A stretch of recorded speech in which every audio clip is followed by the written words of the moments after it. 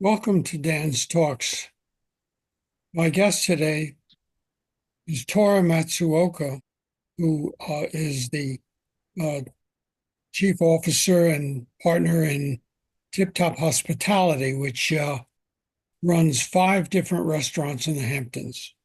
They are K Pasa, Sen in Sag Harbor, and then three in East Hampton, Kumiso, Scoop and Waffles, and Sticky Buns, Smoky Smoky buns. Yeah. in which are in the Park Place area. And um, I wanted to ask you how you've been in Sag Harbor now for about 20 years. 30 now.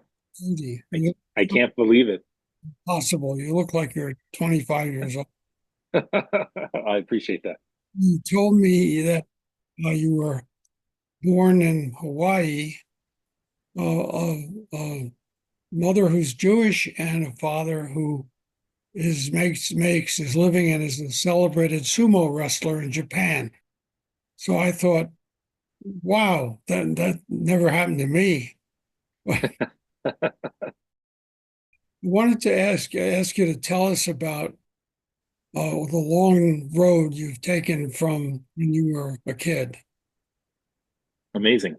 Amazing. Yeah. Well, thank you. It's good to see you again, Dan.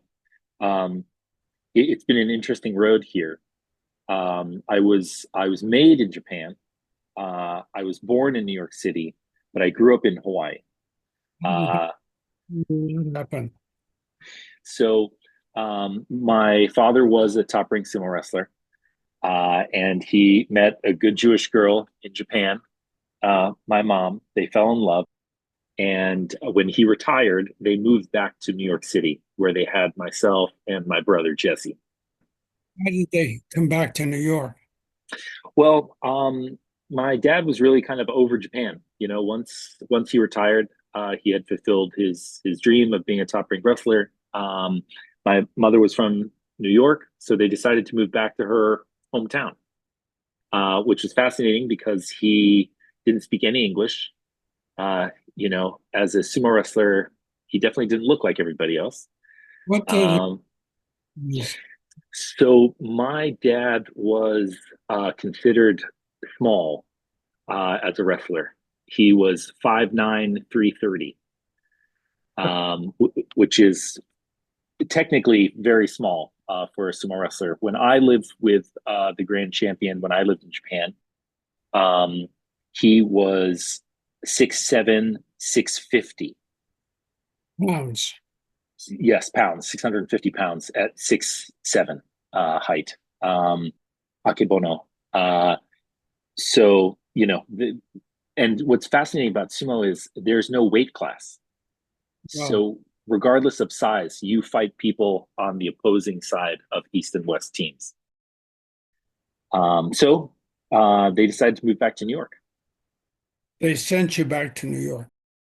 Well, no, they all decided to move back to New York. Yeah. And that's where I was born and where my brother was born. So they divorced about 6 years later, after I was born.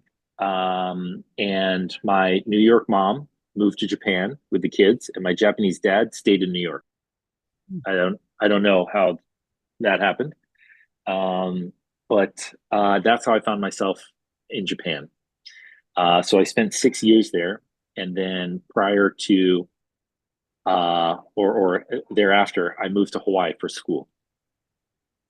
Why Hawaii? Well, my school in Japan went through ninth grade, and my mother said to me when I was in eighth grade, uh, "Where do you want to go to high school?" And like any 12-year-old kid, I said Hawaii. Circle. Uh, and she said, "Well, you would have to go by yourself because your brother is still in school, and I have to stay with him." And I said, "Great." So there was only one college prep high school in Hawaii. So it was an easy decision that had a dormitory. So I decided to do that. But the year before um, I went. My father contacted me and said that in America, because I was moving from Japan to Hawaii, America, kids have off in the summertime. And in order for me to, become a man, I had to work. There was no off time. If I wasn't in school, I had to work. So before moving to Hawaii, that summer before, I came to work at the restaurant that he had just opened with his partner, Jeff Resnick, called Sen in Sag Harbor. in Sag Harbor. So Yes, you came to Sag Harbor and started working there? that's right. I flew from Tokyo. I was 13 at that time. I flew from Tokyo to New York. I took a yellow cab, if anyone remembers what those are. Yellow cab from JFK to Sag Harbor. And I showed up at the back door of Sen, and my dad was standing there. By that time, he had lost about 100 pounds. And he was quite a fit, jacked guy. And he said that in order for me to earn the honor to become a dishwasher, I had to spend the first few months sweeping and cleaning the basement. So that's how my career in hospitality began. Then being this well-known restaurant in Sag Harbor that he owned with a partner, is that what would happen? That's right. So Jeff Resnick and my dad, Kazutomo Matsuoka, his fighting name was Tora. They were partners until I bought my dad out in 2001. And then I became partners with Jeff, and then my brother, who's 5 years younger, although he acts much more mature than I act. He became partners a few years after that. And Jeff retired a couple years ago, so now it's just Jesse and myself at Sen. Well, where did you go to school in Hawaii? And So I lived in Kahala in Hawaii, but I went to school in Manoa at a great school. Actually, it's right next to the campus called Mid Pacific Institute. so you were there 9 months of the year, and then 3 months you were in Sag Harbor working for your dad. There, there was no break. The day school ended, I was on a plane back to work, and the day before school started, I would be flown back into school, uh, and I loved it. I really did. What motivated you to decide to move to Sag Harbor rather than any of the other places you might have gone? Or is it just that because you were required to come here, you came to love it? Is that how it worked? Well, that was definitely part of it. I mean, there's a lot to love about Sag Harbor, um, but it was a form of fate. My father and his partner at the time um, were butting heads. They did not see eye to eye on certain things. You know, two great men, very intelligent men, but very, very different backgrounds. So instead of unwinding the company, I suggested that I would forego college and I would move permanently to Sag Harbor to relieve them of their responsibilities, and I would take over the operation of the restaurant uh, in an attempt to save the company from the two of them trying to kill each other. And it worked. So the day I graduated, I remember it like yesterday. The day I graduated, everyone was, celebrating. Manoa is a beautiful place in Hawaii. It's in the mountains. It's majestic. Yeah. And everyone was like, "Hey, let's go out and party." And I said, "I'm getting on a plane and flying to New York. I'll see you guys on the flip side." Did you study at this college? Oh, it wasn't college. It was high school. What- Yeah. And in high school, I predominantly studied sports and girls. There were some classes. I don't remember them, but I know that there were some. How did you come to meet your future wife? Tanya. Um, well, she is a force, for sure. She and I worked together. Um, gosh, I mean, this is well over 20 years ago. We were both in our teens. Um, but then I didn't see her again. She worked with us in some of the restaurants we had in Sag Harbor for a couple of years. And then her family started going to Europe in the summertime. So I didn't see her for 10 years. But during that 10-year span, we bumped into each other three times in different places in the world. One time at a stoplight in Miami, one time in Sag Harbor after I had opened another restaurant. She was out for the weekend visiting some friends, and we just bumped into each other. And then the third time was in New York City. I had moved back to New York, and she had moved back to New York. And I said, "This is just too coincidental. We should have dinner and discuss this further." And that was 12 years ago. Tell about each of the restaurants in Yeah, well, Sen, is some say the best Japanese restaurant in the Hamptons. Uh, in Sag Harbor, we also have Kepasa, which is our tacos and tequila restaurant.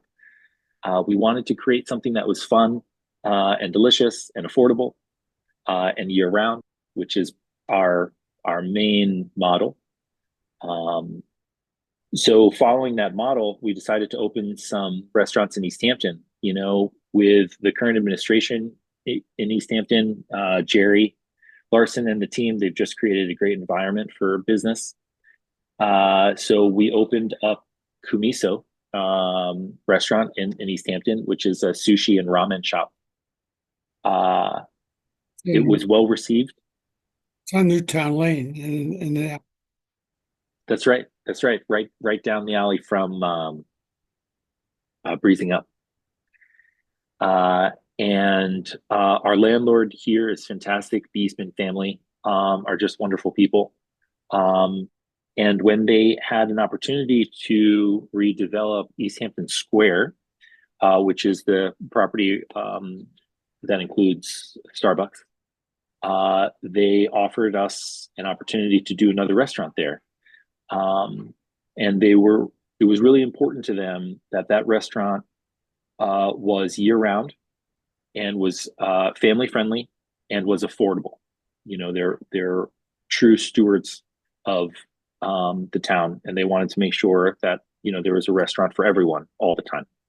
So we came up with my partners, my brother Jesse and David Hart, came up with the concept for smoky buns and scoop and waffle, which is a smash burger concept, smoky buns, and scoop and waffle is ice cream. So smash burgers and ice cream, you just really can't go wrong with that. what is the philosophy at Kumiso as it compares to Sen? Mm, great question. Um, we wanted to be more affordable. Although Sen, I believe, is affordable for the experience and the product offering. We wanted to be more affordable, more approachable. And we also at Kamiso have a focus on ramen. We have so many different ramens here. I'm probably going to have one for lunch, actually. Thought of it makes me want one. And What is a ramen? ramen is a noodle soup, basically. It's the classic Japanese noodle soup. Um, I mean, I'm salivating just talking about it. We have so many different types of ramens here. We also have seasonal ones, interesting ones, unique ones, classic ones. But they are really delicious and great year round. Uh, Um, and what's the menu at Smoky Buns besides smash burgers? yeah, wow. Actually, now I have competing thoughts about what I want to have for lunch. So the concept of smoky buns was smash burgers, but we realized that you can't eat burgers every day, although I try. So we have so many different types of burgers. We have a daily sandwich, which every day of the week there's a unique sandwich for that day. And then we have a selection of different types of burgers and sandwiches. And we also do a DIY burger. So you can basically make up with all the ingredients we have in house. You can make whatever kind of burger you want. Um, there was an interesting discussion we had at the beginning too, which is super interesting. Um, which was we knew all of our restaurants have a large vegetarian and vegan offering. It's something we believe in. We like to eat like that sometimes, and we have a lot of friends that enjoy that type of food. So we knew we had to put a veggie burger on the menu, but all the veggie burgers on the market we didn't like. You have the fake meat options, which I don't get. If you're vegan, why you want to eat fake dead animal. And then on the other side, you have bean burgers, which the problem with the burger is when you squeeze it, it would come out the sides. So David, who's an incredible chef, worked with some of his colleagues for many, many, many months, perfecting an incredible veggie burger, which we finally put on the menu. It's a mushroom-based veggie burger, but it has firmness. It's got incredible flavor, and it's vegetarian. And and then the scoop and waffles is, I guess, self-explanatory. Well, it is. We set out to do a real ice cream shop, and what I mean by that is there is a fad now of doing, low sugar, um, you know, healthier ice cream. Um, and we said, you know what, if you're going to be bad, you might as well be all bad. So we wanted to have a full flavor, full sugar, full cream ice cream, and that's what we serve there. Where did you find that? We've actually there's a lot of great purveyors out in the marketplace. I feel like um, a lot of people want that healthier version of ice cream. Um, we just wanted that full, deep flavor ice cream. Even if it had a couple more calories in it, it was worth it. So we found a great purveyor that provides us that product. Do you have any plans for more businesses in the future? Dan, I say restaurants are like a virus. You can't get rid of it. So although we've been opening almost one new restaurant a year, we thought we might slow down, but that's not possible. So we have plans for two new restaurants. Hopefully one will come about this coming season. It's very tough to find spaces in the Hamptons, as you may know. So, any landlords out there that are looking for a good tenant, we're here, we're interested. But there's two concepts that I think people would really, really love that we want to do out here. You want to mention what they are, or do you want to keep? Yeah, it'll be a surprise. We'll do our next podcast when we know we're opening. Okay. What do you like about what are the favorite things you like to do when you're not uh, doing your work? Oh, that's easy. Beach volleyball. I mean, not that I get a lot of time off in the summer, but when I do, Long beach Beach? volleyball is the best. Long Beach? Um, Sag Main. Yeah, Sag Main is perfect. There's a bunch of guys and gals that are very good at volleyball. We play. This is competitive. No, we're not messing around here. Um, but yeah, when I'm not in a restaurant, I'm probably playing volleyball. Anything else you want to talk about? Oh man. Um, I mean, I think we covered a lot of stuff. I am really excited to share with you the new restaurants that we're working on. It's a little premature, but I think we're close. We're close on it. Thanks for being on the podcast, and I'll be stopping by for ramen and also the sushi I love as well. I hope so, Dan. Thanks so much. It's good to see you. Bye-bye. Bye.